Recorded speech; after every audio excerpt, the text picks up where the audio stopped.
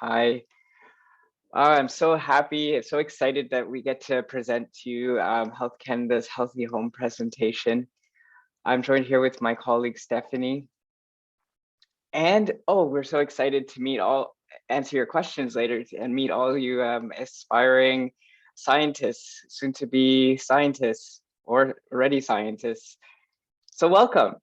Did you know every day we are exposed to various environmental hazards that may pose a risk to our health and well-being? The surrounding environment has the potential to adversely affect people's health through exposure to chemicals and pollutants all around us. One of the best ways to protect your health is to learn about these hazards and take action. And today we will share with you one tip to help protect yourself from chemicals and pollutants in our home. And our booth has a lot of information about environmental health and how important that is to you and how to protect yourself. We're just going to be sharing one little portion of our booth from the chemical management plan. I hope you find it very exciting. Before we begin, I want to recognize that you are joining us today from many places and acknowledge the traditional owners and caretakers of those lands. From coast to coast to coast, we acknowledge the ancestral and unceded territory of all Indigenous peoples that call this land home. So I'm presenting from Toronto, which is the traditional territory of many nations, including the Mississaugas of the Credit, the Anishinaabe, the Chippewa, the Haudenosaunee, and the Wendat peoples. And Stephanie, my colleague, is presenting from Montreal on the unceded Indigenous lands of the Mohawk Nation. So, like I said, hello everyone, my name is Rashid and I'm a Risk Communication and Public Involvement Officer with Health Canada's Chemical Management Plan. And I'm joined with Stephanie. Hi everyone, so my name is Stephanie and je suis agent de communication des risques et participation du public. So that will be my only line in French, but feel free to ask questions in French at the end. I'll be pleased to answer. So let's get into the fun stuff. The Chemicals Management Plan. Ever heard of it? It's pretty awesome. It actually started in 2006. So before we get into our tip, which will be coming soon, I just wanted to give you a little bit of background of the science behind how we get to there. Well, in 2006, the Chemical Management Plan, or as I'll refer to as CMP, it was launched then. And it is to protect Canadians and the environment from harmful substances through a science-based approach assessing and managing substances. So that means we work closely, Health Canada works closely with Environment and Climate Change Canada to make assessments on substances. The program's goal is to review and manage the potential risks which chemical substances can pose to Canadians and the environment. This review is done by federal government scientists through a process known as chemical risk assessments. Prior to CMP, did you know that more than 26,000 chemicals were identified in our environment that you may come in contact through your home, at work, at play? And from those 26,000 more chemicals, there was over 4,300 chemicals were identified as high priority, and that list is growing. The CMP addresses those chemicals and substances through several activities. Those activities consist of risk assessment, risk management, compliance, enforcement, research, monitoring, surveillance, risk communication, and education is kind of like what we're doing right now, and policy and program management. So to give you a little bit of background, risk assessments are scientific evaluations used to determine if a substance poses a risk to the health of Canadians and/or the environment under the CMP. Risk assessments are carried out for both existing and new substances that come in. So as a scientist, that's what you would be doing at Health Canada. One of your roles at Health Canada is identifying the chemical, classifying it, and doing a risk assessment to determine how we manage that risk of that chemical. So if a substance poses a risk to the health of Canadians and/or the environment, measures will be put in place to prevent or manage the associated risks. And it's important to look at both humans and the environment. For example, some chemicals that you might find in like toothpaste or other home chemicals might not pose a health risk to you, but once they go down the drain, then they might pose some sort of a bioaccumulative risk to the environment, and then vice versa. So we want to look at both when we're making decisions on chemicals. Risk management measures may include how a substance is used, how it's made, the concentration that could be released into the environment. So some examples of actions from risk management. Here's 3 chemicals I don't know if you've heard of before or familiar with, but formaldehyde, we have some new regulations coming up with that. So if you're ever doing a DIY project at home, look at for composite wood products, new regulations and labeling on formaldehyde. Talc, which was added to the toxic substance list. This list allows Canada to implement preventive or control actions on the use of talc. So if you see talc in cosmetics, natural health products, or non-prescription drugs, just know that it's added to the toxic substances list. So its risk management and use in those products go under a different, more intense process. Bisphenol A, or BPA, which was banned from polycarbonate baby bottles since 2008. And did you know Canadians are spending about 90% of their time indoors? And that actually may be increasing because of COVID-19, which also increases your risk to exposure in chemicals and pollutants. So now more than ever, it is important to take action on reducing your exposure to chemicals and pollutants in the home. This is why Health Canada launched Healthy Home campaign in 2019 to help increase public awareness of environmental health issues. The campaign provides Canadians with important and practical information on how to reduce risks from chemicals and pollutants such as radon, mold, flame retardants, plastics, carbon monoxide, asbestos, indoor air quality, improving indoor air quality, and reducing exposure to volatile organic compounds. If you'd like to go right away and go to that link at canada.ca/healthy-home, you can scan that QR code on your phone for more tips on how to protect yourself and your family from chemicals and pollutants in your home. And today, we're going to share with you one. Thank you, Rashid.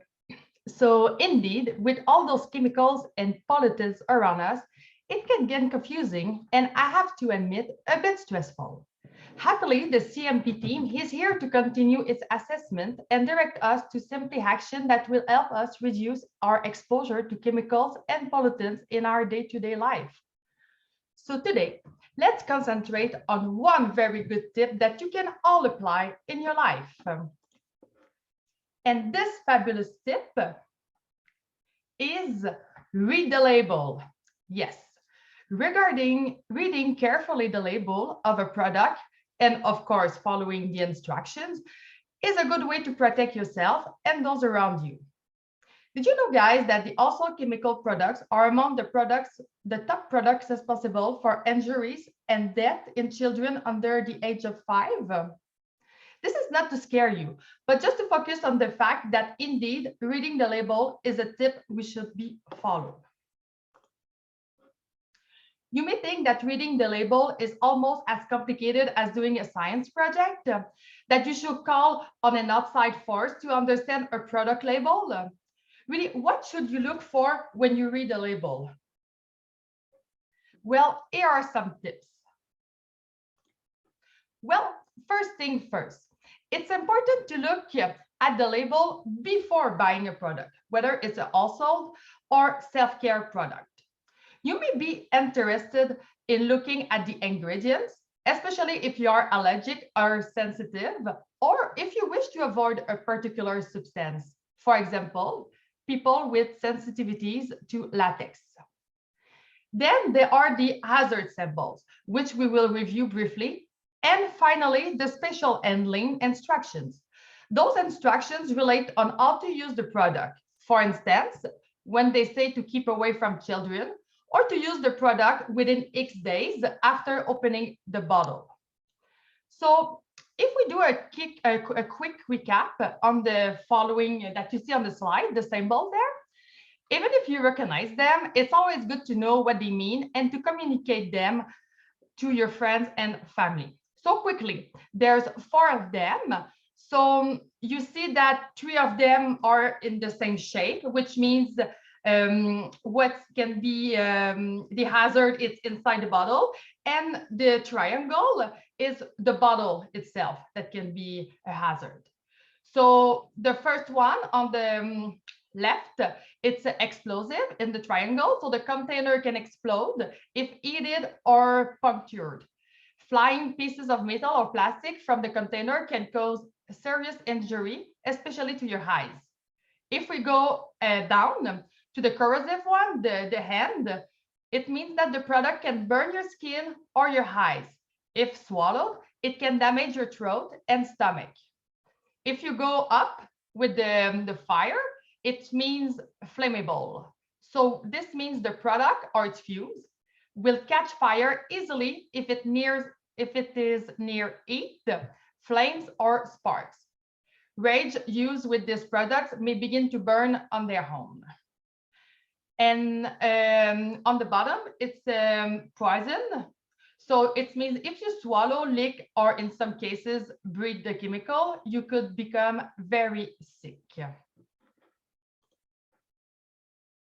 So also when you're buying, you may want to read the label and choose a product with low emission.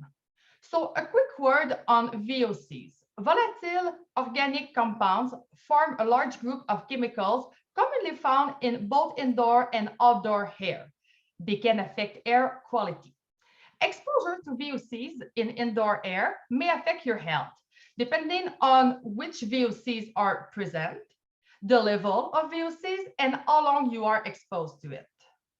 VOCs can be emitted from many sources, including products such as building material, composite wood products, air freshener, cleaning product, candles, and incense. So maybe product that you may use at your house. So if we can, yeah. So now that you got the product, you probably want to use it.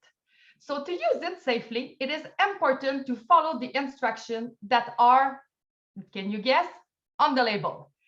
So, and also by reading the instruction over again, you might notice that this particular product requires to use of personal protective equipment, such as rubber gloves or safety goggles.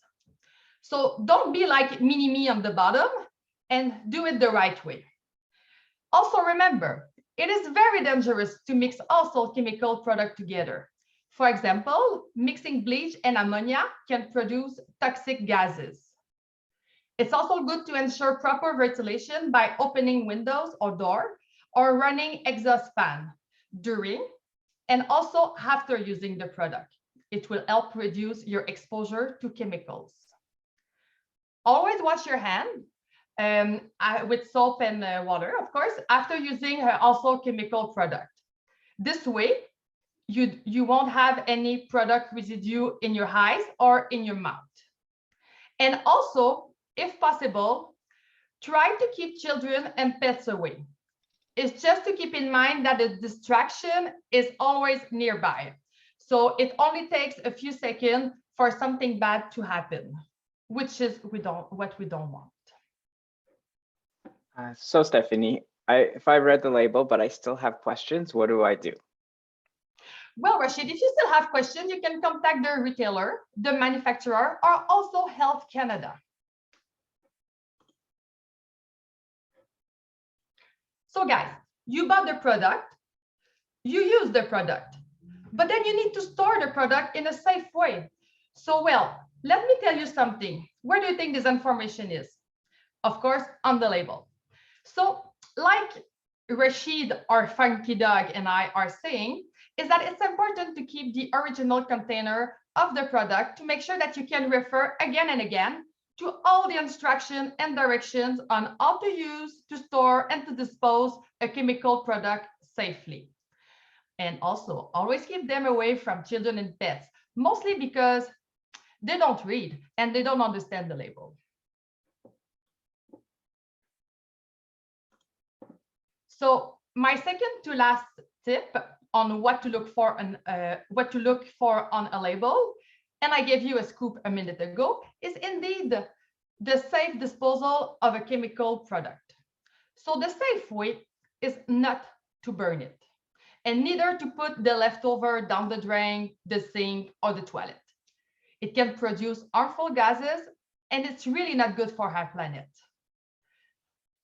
If you have any question, always consult, well, first of all, always consult the instruction on the label.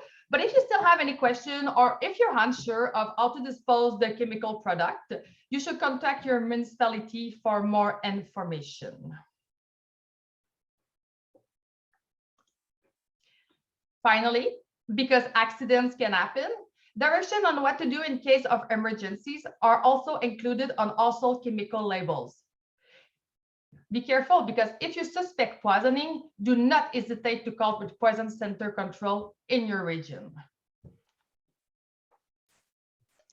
Okay, thanks, Stephanie. And now let's just put those tips together.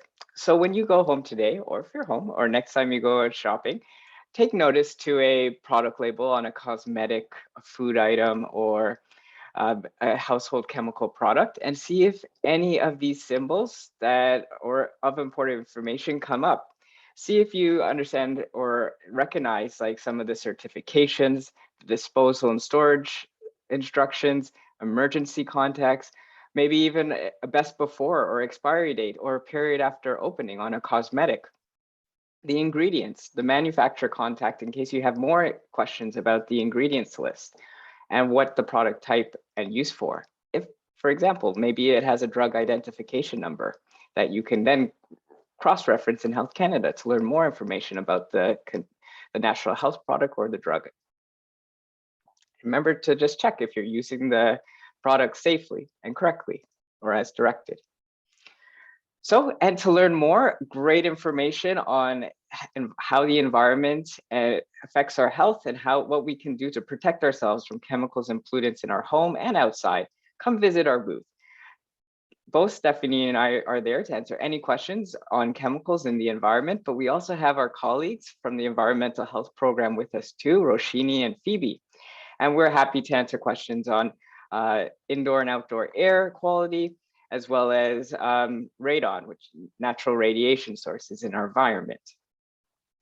Some other things, if you're a teacher, come on over. We have great information and resources for teachers. We've partnered with EcoSchools if interested in adding an environmental component to your school, as well as if you're interested in becoming a scientist and being part of the process that we were talking about earlier in the CMP. Just check out our booth, and there's some links for you to learn about the application process and opportunities. So this is what our booth looks like, health and the environment. So come on over. And finally, just to conclude, I want to give you our links. Our social media link is Healthy Canadians. This is a great resource for up-to-date information, such as product recalls, COVID-19, travel. Lots of health information comes in through the social media feed and nice videos. Also, we have the Health Canada Healthy Home link there too, or you can scan the QR code to go right to our website. And if you're interested in getting more involved in the chemical process and have your say, as we assess chemicals, you'll see updates. You can sign up for the email updates, and you can become part of the consultation process. So if any chemical that comes up, we will have a public consultation where you can voice in your concerns, whether for health or for the healthy environment. So thank you so much for listening to us today. Yeah, Well, thank you very much. Merci. Thank you for that very informative presentation. It has sparked a few questions in our chat, so I'll start with those. So we have a question from Jerome, and he would like to know, can fumes of corrosive products also damage lungs if breathed in? Hi. Oh, that is such a great question. So of corrosive products. So do we have that hazard list? Yes. So the corrosive, sorry, I was trying to go back, but it's very complicated on this Zoom. I'll just leave the screen here. Yes, so corrosive and what's the other one? Corrosive as well as poison. Those, I think Stephanie referred to it, in some cases, depending on the product or the chemical, they can also internally affect you. So if it's like poison, it can also, if inhaled, can also be poisonous. And same thing with corrosive too. If ingested, it can also be corrosive internally or affect your lungs also. So stomach and lungs. Okay, perfect. Our next question comes from Larissa, and she would like to know, have you seen an increase in cleaning-related injuries with COVID and people mixing chemicals? Stephanie, is it okay if do you Yeah, want go to ahead. answer? Yeah. You sure? Yeah. Okay. I represent Ontario, so I'm just going to speak from Ontario's point of view. But yes, the calls at the Ontario Poison Center over the pandemic had increased a lot. So there was, based on those calls, there has been a increase in poison, and there were not accidents, but poison control calls, at least incidents. Sorry. And if I can add, Rashid, there was also on May 2020 saying that, sorry, I have it in French, but it's from a safety product to say that it's dangerous to mix bleach with another substances, because there's been a lot of calls to the poison center. Yeah, so like like Stephanie was saying, just going back to her point of the presentation, which I thought she said really well, is that reading the labels, not mixing chemicals, because that's partially one of the dangers, mixing chemicals incorrectly, having labels on the products, because as you have more disinfectants around, you might use them incorrectly or not. If you don't have them labeled, somebody else might use them incorrectly. Same thing that goes with cannabis products. Okay, perfect. Thank you. Our next question is from Nylan, and they would like to know, what are the qualifications for a chemical to be on the dangerous chemicals list?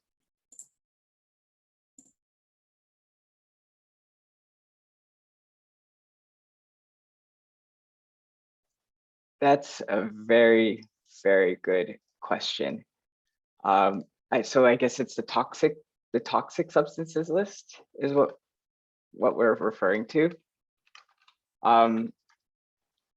So I would have to I wouldn't be able to, if a substance is listed as toxic, it's coded by that under CEPA, which is the Canadian Environment and Protection Act.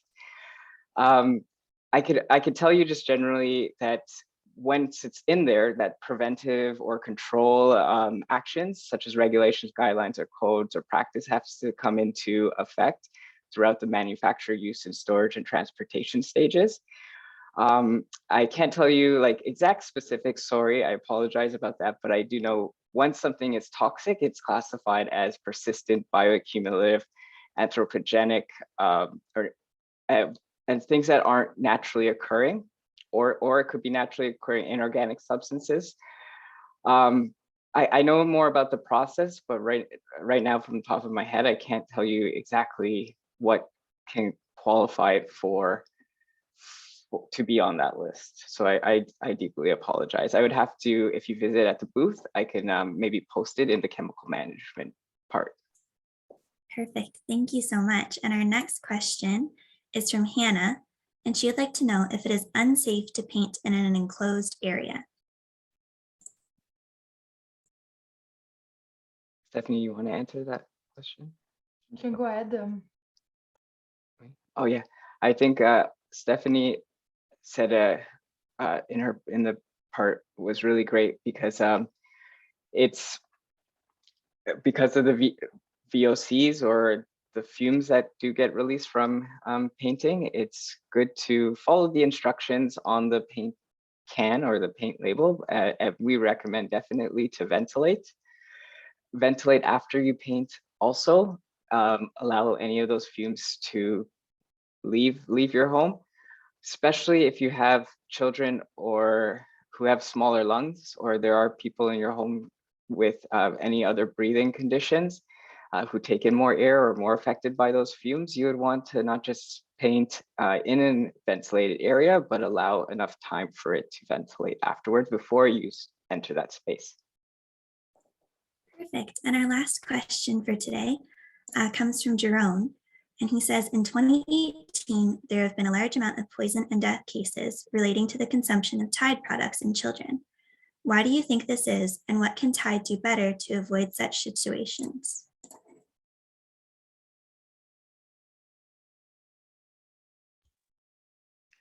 I'm sorry, I just want the Tide capsule for the laundry.